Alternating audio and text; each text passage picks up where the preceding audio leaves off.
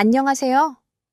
저는 경북 구미에 사는 30대 후반 남자입니다. 저는 요새 사람 일은 아무도 모른다고 하는 말을 절실하게 느끼며 살아가는 중입니다. 전처의 외도로 이혼을 하고 다시는 여자 따위 믿지 않겠다 했는데 결국 지금의 집사람을 만나 재혼을 했거든요. 제가 생각해도 드라마 같은 이야기라 사연을 보내지 않을 수 없었네요. 친구의 아내와 두 번째 결혼하게 된 제 이야기 들어봐 주실래요? 저는 전형적인 경상도 토박이 남자였습니다. 강원도 인제로 군대를 다녀온 것 외에는 고향 구미를 벗어나 본 적도 없었죠. 전 부인은 서울 출신이었는데 이곳도 친하게 지내던 군대 선임이 소개해줘서 가능했던 일이었습니다. 늘 같은 경상도 여자만 만나다가 말소부터 싹싹하고 상냥한 서울 여자를 만났더니 그렇게 좋더군요. 미용사를 해서인지 본인 외모도 잘 꾸미고 예뻤고요. 서울과 구미 장거리 연애임에도 불구하고 2년간 얼마나 자주 오가며 연애했는지 모르겠네요. 오빠, 나 지금 다니는 미용실에서 나와서 혼자 가게 차릴까 생각 중이야. 그래, 준비할 게 많겠다. 가게도 알아보고 이것저것 사고 뭐 하려면. 그래서 말인데 오빠가 도와줄래 해줄 수는 있는데 나도 엄마 가게 넘겨받은 지 얼마 안 돼서 길게 자리는 못 비워 서울이랑 구미 오고 가는 시간도 무시 못하고 마음 같아서는 내가 다 도와주고 싶은데 아이, 참 내 말은 서울 아니고 구미에서 미용실 차린다는 거야. 오빠 따라서 구미에서 살까 해서 뭐 지숙이 너 진짜야. 그 말은 나한테 시집 오라는 말 승낙한 걸로 알아도 돼. 우리 결혼하자. 몇 개월 전부터 계속되던 제 프러포즈를 여자친구가 받아들여 준 거죠. 저는 부모님이 오랫동안 운영하시던 소머리 국밥 가게를 20대 후반에 물려받았습니다. 아버지가 지병으로 돌아가시고 혼자 남으신 어머니가 운영하시기에 힘에 부치기도 했고 저도 어릴 때부터 가게 일을 도왔었기에 큰 무리는 아니었어요. 저와 결혼하고 와이프는 국밥집과 신혼집이 있는 중간 거리에 미용실을 개업했습니다.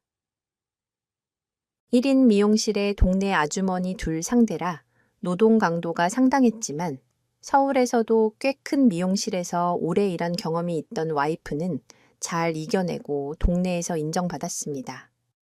서로 금슬도 좋았고 각자 가게도 잘 운영했기에 우리 부부에게는 행복한 미래만 있을 줄 알았죠. 결혼 3년째도 아이가 생기지 않아서 제가 불임 클리닉이나 병원에 다니자고 설득해도 아내는 꿈쩍도 하지 않더군요.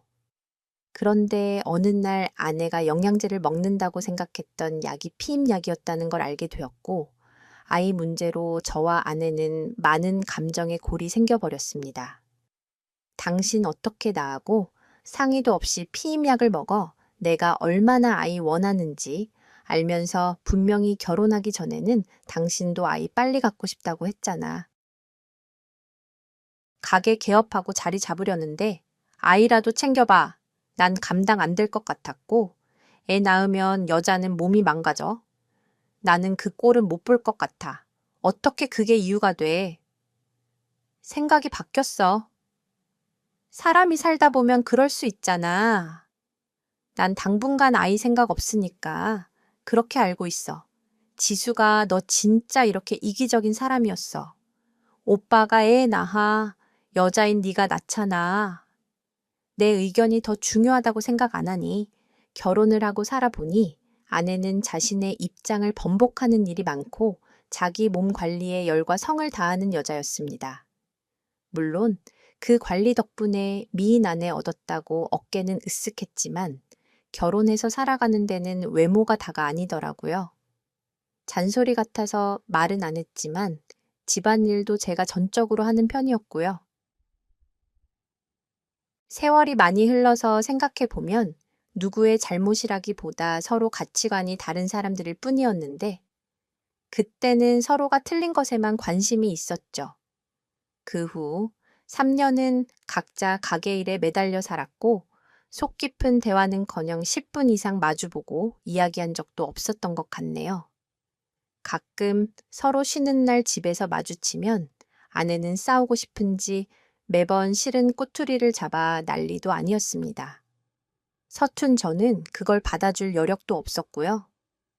그래도 이런 아내와 제게 중재 아닌 중재를 해주는 동창 녀석 하나가 있었죠.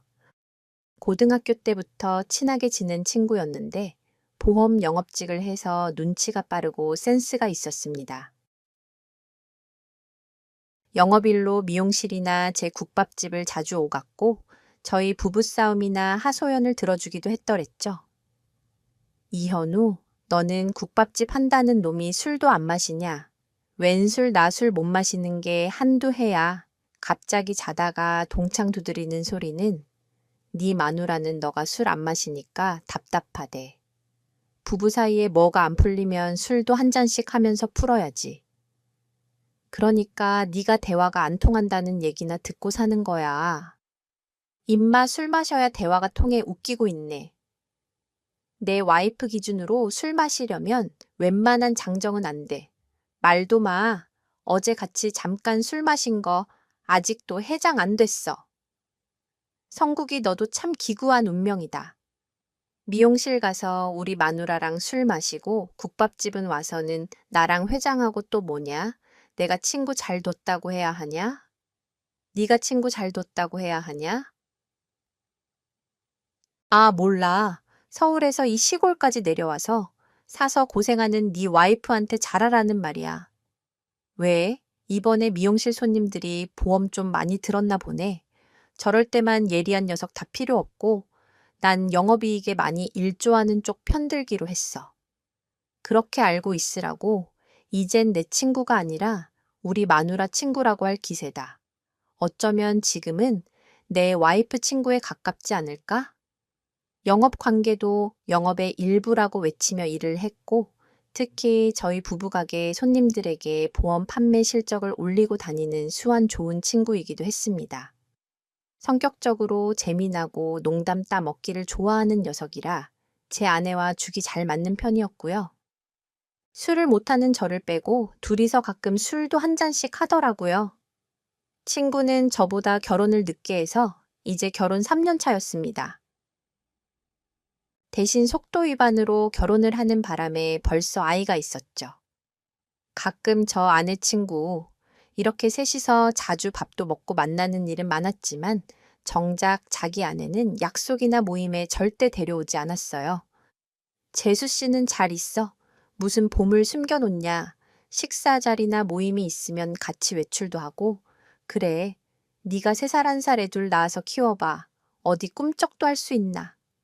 그리고 우리 집사람은 조용하고 내성적이라서 사람들하고 머울려 노는 건 젬뱅이라 안 돼. 아무한테도 안 보여주고 너만 독점하고 싶은 거 아니고 무슨 소리야. 내가 늘 얘기하잖아. 애만 덜컥 안 가졌어도 결혼 생각도 안 했다니까. 너희 부부 정반대인데 결혼한 게 미스터리한 것처럼. 우리 부부도 정반대라 결혼한 게 기적 같다. 반대가 끌리는 법이야. 그리고 너는 행여나 재수 씨 앞에서 말실수 하지 마. 자기 결혼을 임신 안 했으면 안 했다고 말하는 게 맞냐? 완전 양아치 발언인 거 알지? 말 돌리지 말고 너나 네 아내한테 잘해. 너 무뚝뚝하고 재미없다고. 얼마나 하소연하는 줄 알아? 결혼 전에는 분명 묵묵하고 성실하다고 좋아했는데 이젠 그게 꼴 보기 싫다는 게 말이 돼. 우리 마누라도 보면 엄청 처세 전환이 왔다리 갔다리 해. 결혼 6년 차 됐더니 이젠 그러려니 한다. 마누라가 또 친구에게 저에 대한 하소연을 한 모양이었어요. 새삼스러운 일도 아니고 자주 있었던 일이라서 그때는 그런가 보다 했습니다. 몇 달 후 오랜만에 보는 얼굴이 국밥집으로 찾아왔습니다. 친구 성국이의 아내였습니다. 갓난아기를 업고 썩 좋지 않은 표정으로 늦은 밤 가게, 앞을 서성거리길래 제가 먼저 들어오라고 했죠. 재수 씨 잘 지내셨어요? 이 밤에 저희 가게는 무슨 일로 오셨는지 괜찮아요. 이렇게 식은땀을 흘리고 이리 들어오세요.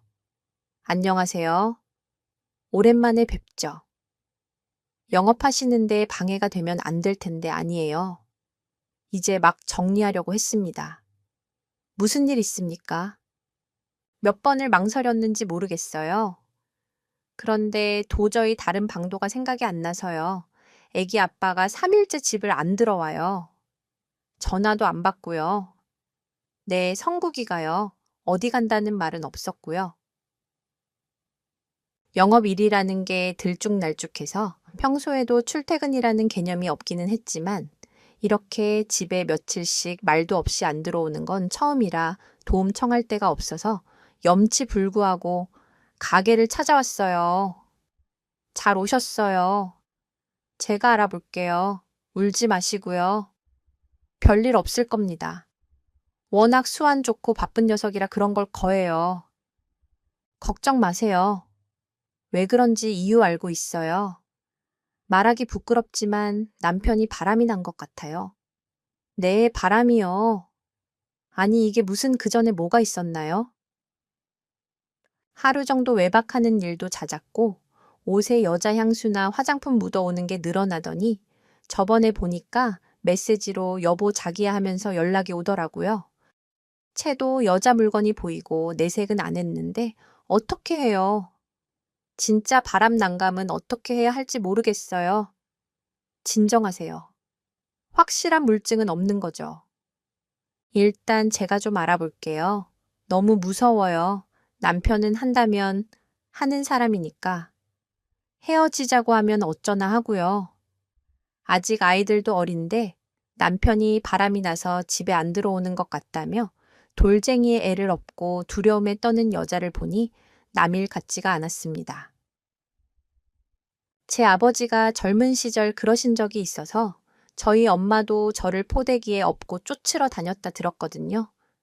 뭔가 제가 도와줘야 한다는 사명감에 불타올랐습니다.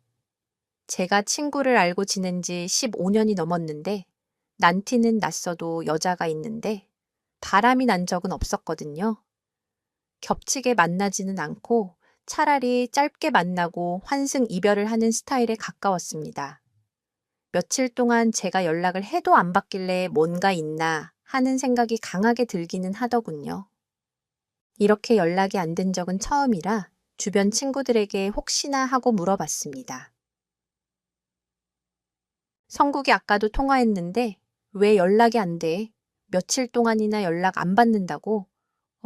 나 지금 사흘째 그 자식한테 전화했는데 문자 하나 없던데 현우, 너 성국이한테 뭐 잘못한 거 있냐? 내가 잘못할 일이 뭐가 있어? 그러지 않고서 부재중 전화 오면 바로 연락할 텐데. 뭐지? 그러게. 그리고 혹시 성국이한테 뭐 들은 거 없어? 여자 생겼다든지 뭐 이런 거. 너 어떻게 알았냐? 국 꺾지 말고 돗자리 깔아야 하는 거 아냐? 걔 애인 생겼잖아. 이건 우리끼리 비밀이다. 뭐 애인 미쳤네. 애가 둘인 유부남이 무슨 애인이야. 요즘 유부들이 더 연애 많이 하는 거 모르냐? 국밥집에 처박혀 있으니. 알 리가 있나? 어떤 여자래. 지금 집에 안 들어간 지 일주일이라는데. 너는 친구가 돼서 그런 놈을 가만히 뒀어. 친구고 뭐고. 사생활까지 어떻게 터치하냐? 지가 알아서 살아야지 몰라. 나도 애인 생겼다는 거 2달 전에 술자리에서 들었어. 내가 알기로 반동거 하나 보더라.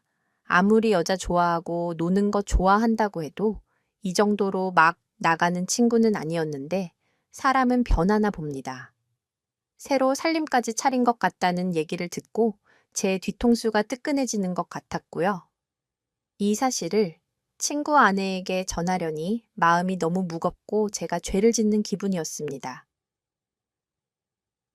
친구가 집에 들어오지 않은 지 오래라 전달하는 걸 미룰 일도 아니었고요. 그렇게 고민하기를 이틀째 쉬는 날이라 집에서 늦잠을 자고 일어나 밥을 먹으려 하는 때였습니다. 자기 방에 있을 줄 알았던 아내가 집에 들어오고 있었습니다. 당신 뭐야? 방에 있는 거 아니었어. 어디 갔다 와 외박한 거야. 관심 있는 척하지 마. 내가 외박을 하든 말든 신경 끄고 산지 오래됐잖아.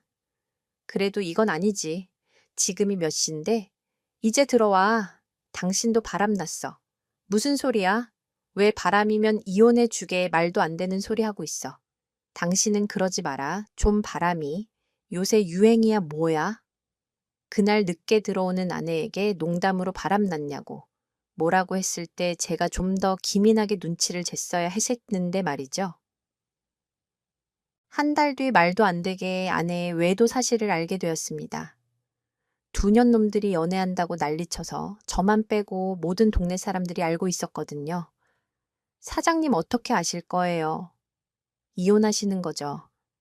이모님 이혼이라니요. 사장님 속이 속도 아니겠지만 어쩌겠어요. 인연이 아니었구나 하세요. 무슨 말 하시는지 도통 모르겠는데요. 사모님이 사장님 친구분이랑 그렇고 그런 사이잖아요. 아시는 거 아니었어요. 진짜 몰랐구나. 세상에나 제가 괜한 소리 했나 보네요. 빈망해라. 말씀해 주세요. 제 친구랑 그렇고 그렇다니 친구 누구요? 그 외에 보험 한다던 뺀질거리게 생긴 친구분요. 성국이요. 우리 가게 와서 손님들한테 보험 판매하던 그놈이 우리 와이프랑 뭘 해요. 그 길로 바로 아내가 운영하는 미용실로 갔습니다. 가게 문 열기 전이라 혼자 있는 와이프에게 다짜고짜 따져 물었습니다. 당신 성국이랑 바람났어 뭐야? 갑자기 가게 문 열고 손님도 받기 전에 재수없게 말 돌리지 말고 대답해 그 녀석이랑 바람났냐고 물어보잖아. 빨리도 알아챈다 그래. 나 연애 중이야. 당신 친구랑 미친 그걸 말이라고 해. 바람도 미친 짓이지만 왜 하필 내 친구 녀석이랑 바람을 당신 미쳤어. 당신과는 안 되던 대화가 되는 남자야. 그리고 내 마음 잘 헤아려주고 우리 이혼하고 정리하자. 어차피 곧 말하려던 건데 잘 됐다. 수고로움을 덜었네. 안 돼. 이혼을 내가 왜 해줘. 누구 좋으라고 한 번은 용서할게. 그 녀석 빨리 정리해. 아니, 나는 당신을 정리하기로 했어. 그러니까 당신이 포기해 난 이혼하고 말 테니까. 그 후로 제가 이혼은 안 된다고 몇 번을 말했으나 아내는 이혼을 하겠다고 막무가내더라고요. 급기야 어느 날은 두 사람이 함께 집으로 찾아와 저에게 이혼을 요구했습니다. 이제는 둘이 쌍으로 찾아와서 나한테 물 먹이는 거야. 둘 다 미쳐도 곱게 좀 미쳐라. 어차피 이혼할 거 그냥 남자답게 해. 애도 없겠다. 뭐가 문제야? 배성국, 너는 남의 부부 일에 끼어들지 마. 상간남 주자. 어디 끼어들어 그러는. 너는 어린 자식 둘이나 있는 주제 아주 잘하는 짓이다. 꺼져. 너가 낄판 아니야. 원래부터 아내 사랑해서 결혼한 것도 아니었고 실수로 애 생겨서 한 거였으니까 우리 집은 내가 알아서 이혼할 예정이야. 미친놈 한 명도 아니고 애를 두 명이나 실수로 낳았냐. 책임감 없는 게 변명은 그럴싸하게 해. 입만 살아가지고 이혼 서류 들고 왔어. 나는 도장 찍고 사인했으니까 당신만 하면 돼. 어차피 우리 각방 쓰고 결혼 생활 끝난 거나 마찬가지였잖아. 오늘 마지막까지 구질구질하게 굴어. 당신 이렇게 버티는 거 엄청 못나 보이는 거. 알아. 구질구질 누가 누구더러. 그런 말 하는 거야.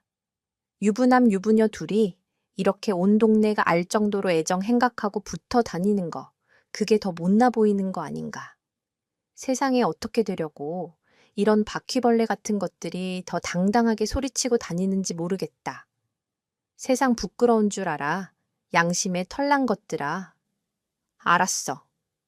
바퀴벌레들끼리 잘 살 테니까.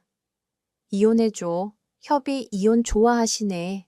너희 둘이 이런 짓 하는 거 자체가 내 대한 도전이고 선전포고야 믿었던 나에게 이런 짓거리 했으니까. 배상할 각오들은 됐겠지. 둘 모두 소송 걸 테니까.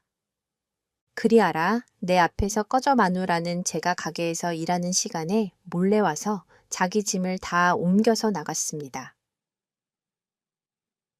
제가 눈치채기 훨씬 전부터 둘이 치밀하게 준비한 모양이더군요. 이혼 소송을 결심한 데는 저를 배신한 사람들을 더 이상 보고 싶지 않은 것도 있었고, 무엇보다 저를 만만하게 본 게 화가 나서 순순히 물러나고 싶지 않았던 마음이 컸습니다. 이혼 소송 전문 변호사를 찾아가서 상담을 받고 아내와 상간남에게 위자료 청구 소송 및 재산분할 청구 소송을 시작했습니다. 마음을 독하게 먹고 이혼 소송을 했지만 주변 지인들이나 동네 사람들, 저희 어머니의 동정 어린 시선들이 문제였습니다. 항상 묵묵하고 성실하게 일하는 저를 좋게 보던 사람들도 저렇게 사람이 착하고 둔에 빠지니 친구에게 마누라를 뺏기지 한 소리들도 하고요. 제가 죄를 지은 것도 아닌데 친구들 모임에서도 자연스레 배제되기도 했어요. 상간남 친구랑 제가 겹치는 지인이 많았거든요. 감수하고 이겨내야 할 시선들이 많아질수록 스트레스가 커져만 갔습니다. 그런데 그 스트레스는 저만 겪고 있는 게 아니더군요. 잠시 제 입장 때문에 잊고 있었던 그 여자를 오랜만에 봤는데 저는 힘든 것도 아니었어요. 시장에서 갓돌 지난 둘째는 없고 3살이 된 첫째, 손을 잡고 힘겹게 짐을 들고 있던 친구 아내를 보는데 초췌하고 기력 없는 모습에 눈물이 날 것 같았습니다. 재수 씨, 장 보러 오셨어요. 제가 짐 들어 드릴게요. 감사합니다. 엄마 배고파 배고프니 아저씨가 밥 사줄까 첫째. 아이가 칭얼거리듯 저만 배가 고프다는 말에 밥을 사주려고 했더니 재수 씨가 그 꼴 사양에서 할 말 있다는 설득 끝에 저희 가게에 데려와 밥을 먹였습니다. 이제 3살배기 여자아이가 호호 불어가면서 혼자 얼마나 국밥을 잘 먹던지 배가 안 고프던 저마저 식욕이 동할 정도였습니다. 잘 지냈냐는 말은 차마 못하겠네요. 저나 재수 씨도 썩 좋은 시간들은 아니었겠죠? 원정이에요. 제 이름 재수 씨라는 호칭 말고 이름으로 불러주세요. 아, 네. 정희 씨. 이혼은 어떻게 진행되고 있는지 물어봐도 돼요. 협의 이혼하자는데 법적인 것도 모르고 애들은 알아서 키우라고 하고 어떻게 해야 할지 모르겠어요. 일단 함부로 이혼하겠다고 하면 안 될 것 같아서 그냥 아무것도 안 하고 있어요. 주변에 도움을 청하거나 변호사를 찾아가는 건 어때요? 제가 남편이 돈 관리를 다 하고 생활비를 받던 처지라 가진 돈이 없어서요. 그런 곳 찾아가면 돈 많이 든다는 건 알고 있어요. 그럼 제가 아는 변호사 사무실 소개시켜 드릴까요? 정희 씨가 불편하지만 않는다면 제가 이혼 소송 맡긴 사무실 소개시켜 드릴게요. 비용도 제가 내드리고요. 네. 하지만 그걸 왜 사장님이 동병상련이라고 해두죠? 제 아내 때문에 정 씨가 피해 본 것도 있고요. 상간남 녀석이 애들 알아서 키우라고 했다고요? 이놈이 미친 짓을 했네요. 죄송해요. 애들도 있는데 갑자기 우라통이 치미네요. 이런 거 순순히 합의해주면 안 됩니다. 양육권 소송도 확실하게 하고 양육비도 받아야죠. 그리고 상간녀나 그놈한테도 위자료 재산 받을 거 다 받아야 하고요. 하지만 제가 너무 큰 신세를 지는 게 아닌지 애들만 생각하세요. 혼자서 애들 키워야 하는데 돈 없이 가능해요. 독해줘야죠. 그런 연놈들한테는 똑같이 갚아줘야 하는 겁니다. 다른 대안 있는 거 아니면 제가 손 내밀 때 받아들이세요. 정 부담되면 소송 끝나고 갚으셔도 되고요. 감사해요. 사장님, 이 은혜를 어떻게 갚아야 할지 정희 씨가 잘못한 거 없으니까 그렇게 고개 푹 숙이고 살지 말아요. 애들 엄마잖아요. 다 보고 배웁니다. 당당해지세요. 저도 남한테 괜찮다는 말할 정도로 상태가 좋지 않지만 적어도 내가 잘못한 거 아닌 거 알고 마음 다스리고 있어요. 잘 이겨냅시다. 이것 또한 지나가겠죠. 늘 신세만 지는 것 같네요. 너무 감사합니다. 사장님, 저는 이현우라고 합니다. 저도 이름으로 불러주세요. 아, 네, 현우 씨. 서로 이혼 소송을 진행하면서 가끔 상의도 하고 만나는 일이 많아졌습니다. 저한테 고마움이 있어서인지 가게에 와서 만날 때마다 일을 돕고 가곤 했고요. 현우야, 그 애기 엄마 있잖아. 사람이 참 야무지더구나. 우리 가게 올 때마다 일 돕고 가는데 그렇게 애살 있게 할 수가 없어. 애들도 그렇게 똘망하니 이쁘고 어쩌다 그런 놈을 만나가지고 앞으로 이혼하고 애들 먹여 살리려면 어린 여자 혼자 어떡하노? 아니면 우리 가게에서 일하는 건 어떨까? 아, 그러네요. 생각을 못했네. 우리 홀직원 어차피 뽑아야 하고 말이다. 둘째도 어린이집 맡기고 일 구한다고 하더라? 내가 넌지시 뭐 할 거냐고 물어봤거든. 20대에 식당 일도 했대. 어머니 말을 듣고 생각해 보니 아무리 아이들 양육비를 받는다고 해도 새 식구 먹고 사는 게 빠듯해 보이더라고요. 여자 혼자 벌이를 하는 것도 만만치 않은 일이지만 그래도 경제 활동을 하지 않으면 안 되니까요. 예전에 저희 가게 일을 잠깐 도우면서 테이블 치우고 차분히 손님 응대하는 것을 보니 일을 제안해도 좋을 것 같았습니다. 네, 제가 현우 씨 가게 홀 직원을요. 저 일도 서툴고 잘 못해요. 피해드리면 어떻게 해요? 저도 가게 일 오래 해봐서 딱 보면 알아요. 잘하던데요. 그리고 홀 전담하시는 이모님 계셔서 보조해 주시면 돼요. 애들 어린이집 맡긴 시간만 일해줘도 되고요. 하지만 정희 씨 일 구한다고 들었는데 좀 더 보수가 많고 좋은 직장 구하시는 거면 제가 사과할게요.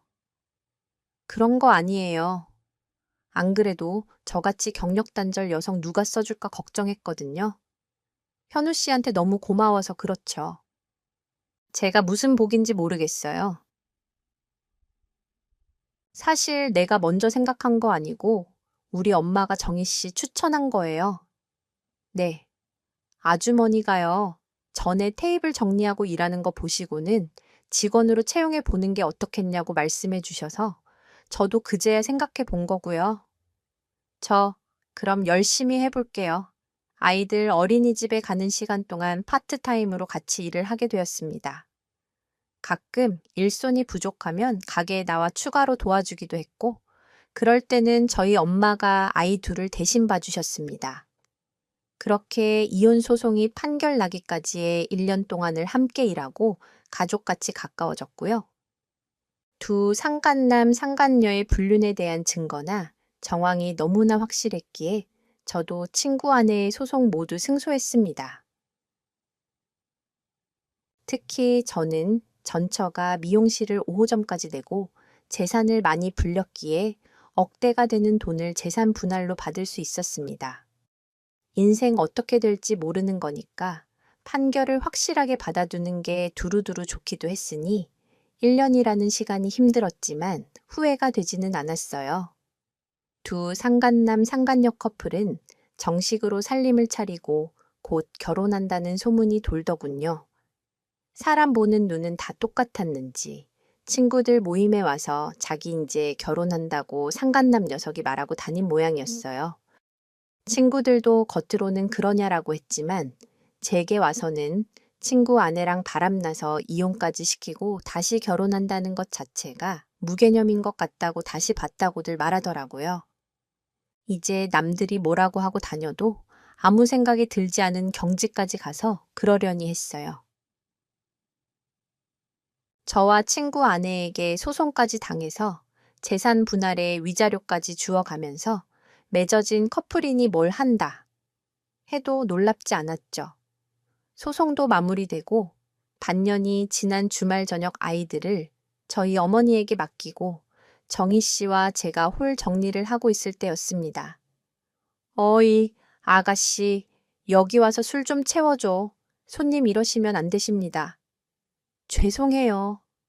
아니, 손님이 외롭다는데 여기 직원은 굉장히 냉정하네. 이봐. 손님 술 얼큰하게 잘 먹었으면 곱게 집에 가셔 뭐야? 이 곰같이 생긴 거는 나 여기 사장이야 곰 아니고 내 별명은 고릴라 조용히 가라.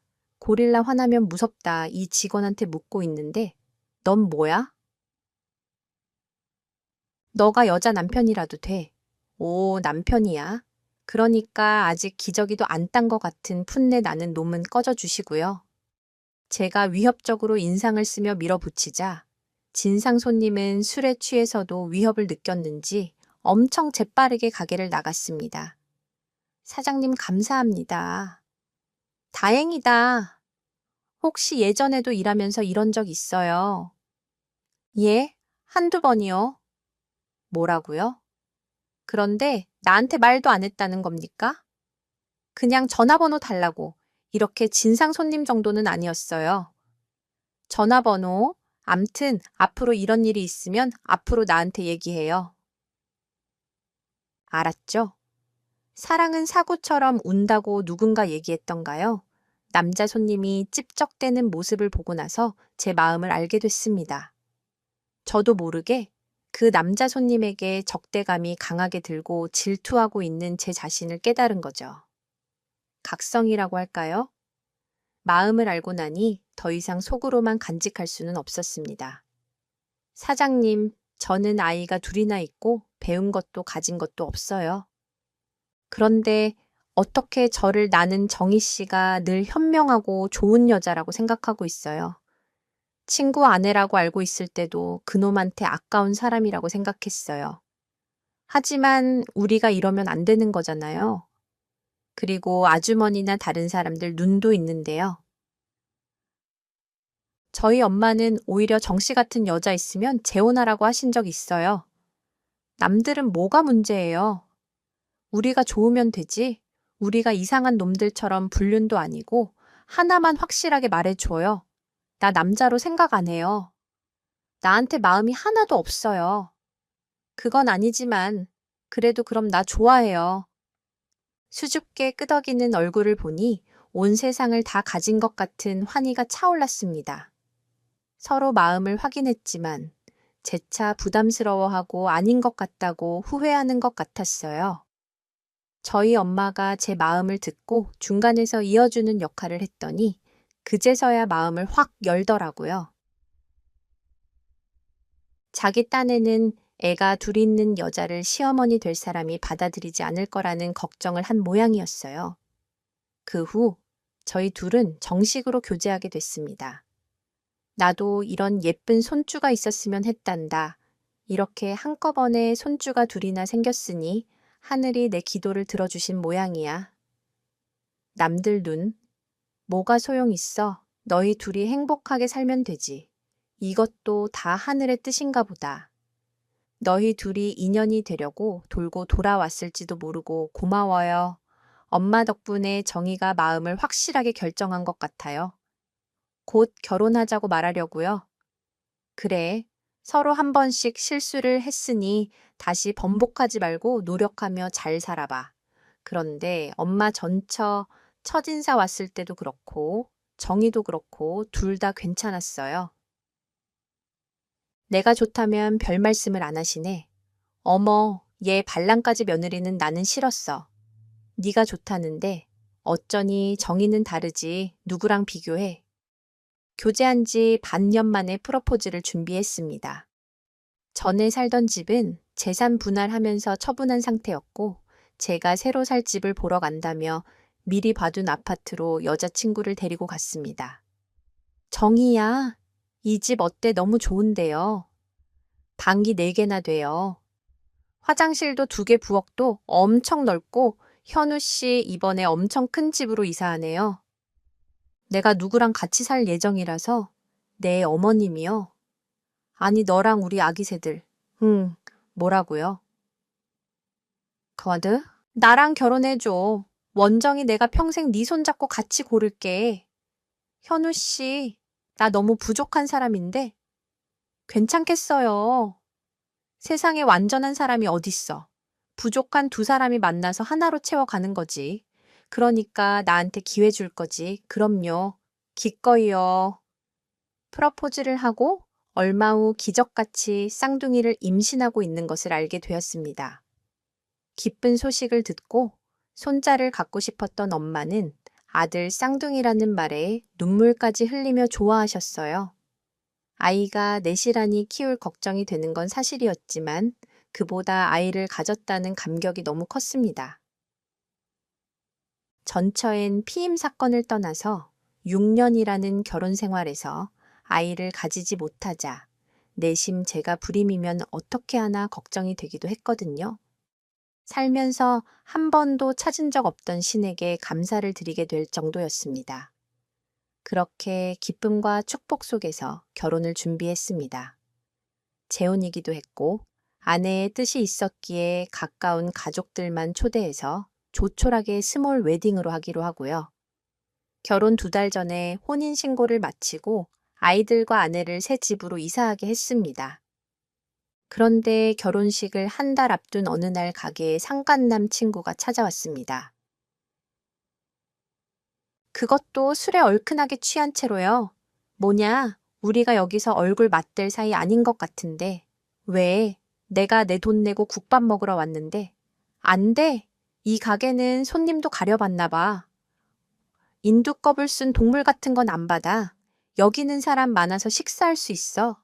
여기 써야 하는 거 안 보여. 반려동물 동반 금지. 내가 동물이면 넌 뭐냐? 너 내 전처랑 재혼한다며? 너도 그 정도면 동물 아니냐? 어디서 무슨 얘기 주워 들었는지 모르지만 네가 상관할 바 아니니까 꺼져. 야, 네 와이프랑 바람났다고 나를 목 같은 취급하더니 너 사실 내 와이프랑 예전부터 그렇고 그런 사이 아니었냐? 둘 다 얌전한 고양이 같이 생겨갖고 부뚜막에 먼저 올라갔는지 모르지. 진짜 아냐? 왜 그게 그렇게 궁금해? 몇 년간 코빼기도 안 보이다가 그 소식 들으니 호기심에 발동했어. 내가 그렇다고 하면 어쩔 거고 아니라고 하면 어쩔 건데 내가 뭐라 하든 네가 믿어 술 차려서 여기 와서 진상짓 하지 말고 가라. 예정 봐서 이 정도로 보내줄게. 예전 우리 집에 갔더니 이사 가고 없더라. 내 마누라랑 애들 어디로 빼돌렸어. 진짜 미쳤나 보네. 너가 네 전처한테 애들 알아서 키우라고 했잖아. 아비로서 네 역할 버린 건 너야. 정신이 오락가락해. 내 마누라고 내 애들이야. 너 같은 고릴라한테 줄 수 없어. 네가 개소리해도 늦었어. 이미 혼인신고 끝났으니까 네 부인이랑 애들은 내가 데리고 잘 살 테니 너는 꺼져. 그 말을 끝으로 경찰에 신고하고 넘겨버렸습니다. 제가 말상대를 할 만큼 가치가 있는 인간도 아니었으니까요.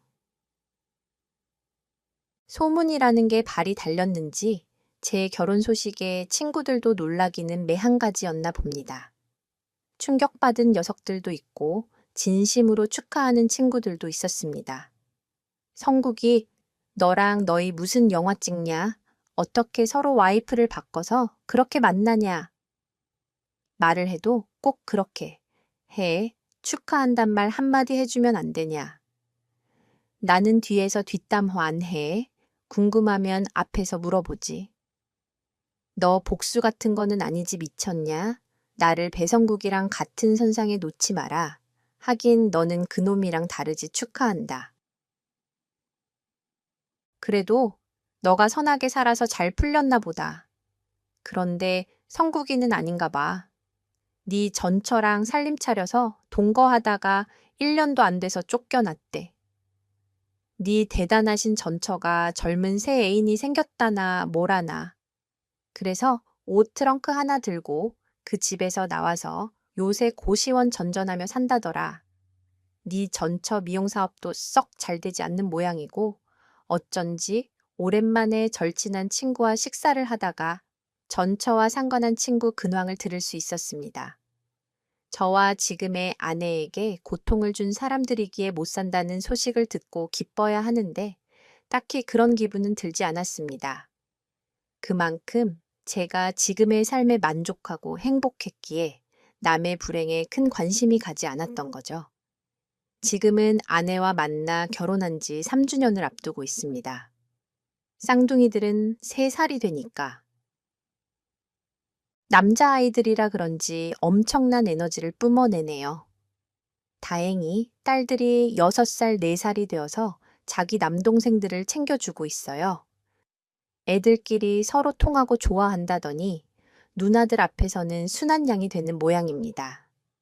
아내랑 어머니는 아이들 육아에만 전념하고 있는데 그마저도 힘겨워해서 육아 부모 선생님도 고용하고 살림 봐주시는 이모님도 일을 도와주고 있습니다. 다른 부분은 몰라도 집안 살림이나 육아에는 돈을 아끼면 안 된다는 교훈을 느꼈거든요. 휴일에 거실에 모여 놀고 있는 아이들을 볼 때나 나들이를 가서 우리 가족의 모습을 보고 있노라면 불과 5년 전만 해도 제가 이런 대가족을 이룰 거라고 예상이나 했을까 싶습니다. 물론 어릴 적부터 엄마와 둘이 지내면서 외로움을 많이 탔기에 자식을 많이 가지고 싶다는 생각은 늘 하고 있었죠. 하지만 정말 소원대로 아들 둘, 딸 둘을 가진 아빠가 된다고 생각은 전혀 못했던 것 같아요. 특히 전처와의 결혼 생활에서는 더더욱 상상할 수 없었죠. 요즘은 어른들 말처럼 자식 낳고 함께 살아갈 인연은 따로 있는가 싶더라고요. 그래서인지 제 아내가 더 사랑스럽고 고맙게 느껴집니다. 여러분, 돌고 돌아 만난 제 가족 이야기 어떠셨나요? 가족을 이루고 사랑하는 사람이 곁에 있는 삶은 제가 생각하는 것보다 훨씬 위대하고 감사한 일이더군요. 아마 제가 맞지 않는 사람과 불행한 결혼 생활을 해봤기 때문에 더 귀하게 느껴지는 건지도 모르겠습니다. 그 귀함을 느낄 만큼 성숙해진 것도 한몫했겠지만요. 제 얘기 들어주신 모든 귀한 분들에게 감사함을 전합니다. 행복하세요.